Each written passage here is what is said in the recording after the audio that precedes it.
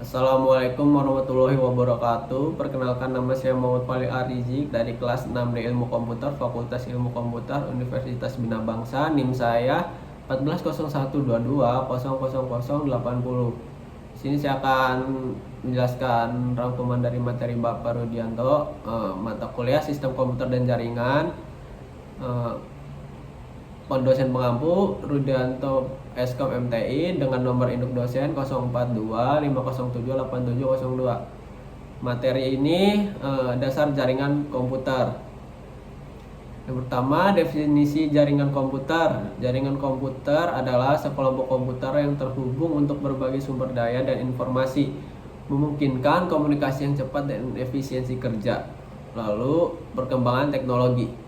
Perkembangan jaringan dimulai dari kabel tembaga, fiber optik, hingga koneksi nirkabel kecepatan yang tinggi. Selanjutnya, komponen dasar jaringan. Ada perangkat keras, perangkat lunak, dan media transmisi. Contohnya dari perangkat keras ada router, switch, dan modem.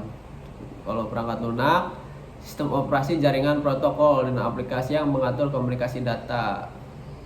Dan jika media transmisi, itu kabel UTP, fiber optik, atau gelombang radio digunakan untuk mengirim data, masing-masing dengan kelebihan dan kekurangan. Selanjutnya, jenis-jenis jaringan komputer.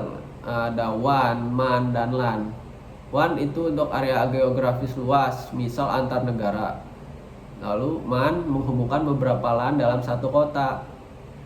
Jika LAN itu jaringan komputer dalam area terbatas seperti di rumah gitu lah. Lalu selanjutnya, topologi jaringan. Ada bus, star, ring, mesh, dan track. Semua bus itu semua perangkat terhubung ke backbone tunggal. Jika star itu perangkat terhubung ke hub pusat. Dan ring, data bergerak dalam loop tertutup. Lalu ada mesh, setiap perangkat terhubung langsung ke semua perangkat lain. Tree itu struktur hierarki perangkat. Selanjutnya ada protokol jaringan. Protokol adalah aturan yang mengatur komunikasi antar perangkat. Contoh protokol: TCP itu untuk dasar internet, HTTP untuk akses web, FTP untuk transfer file, dan SMTP untuk pengiriman email. Selanjutnya ada model OSI dan TCP. OSI modelnya 7 lapisan yang mencakup aplikasi hingga transmisi fisik. TCP IP itu model 4 lapisan dengan fokus pada komunikasi aplikasi hingga antar muka fisik. Lalu ke 8.8 ada alamat IP dan subnetting. Alamat IP untuk identifikasi unit untuk perangkat dalam jaringan. Lalu ada IP v4. Lalu ada subnetting juga, membagi jaringan menjadi subjaringan untuk meningkatkan efisiensi. Selanjutnya ada DNS atau Domain Name System untuk menerjemahkan nama domain menjadi alamat IP untuk menghubungkan pengguna ke website. Selanjutnya ada perangkat jaringan, ada switch, router, modem, atau repeater atau bridge. Menghubungkan perangkat dalam jaringan lokal, menghubungkan berbagai jaringan ada dan mengatur aliran data. Modem mengonversi sinyal untuk transmisi. Repeater atau bridge memperkuat sinyal atau menghubungkan segmen jaringan. Selanjutnya, keamanan jaringan melibatkan ancaman seperti malware dan phishing dengan perlindungan melalui firewall, enkripsi, dan autentikasi.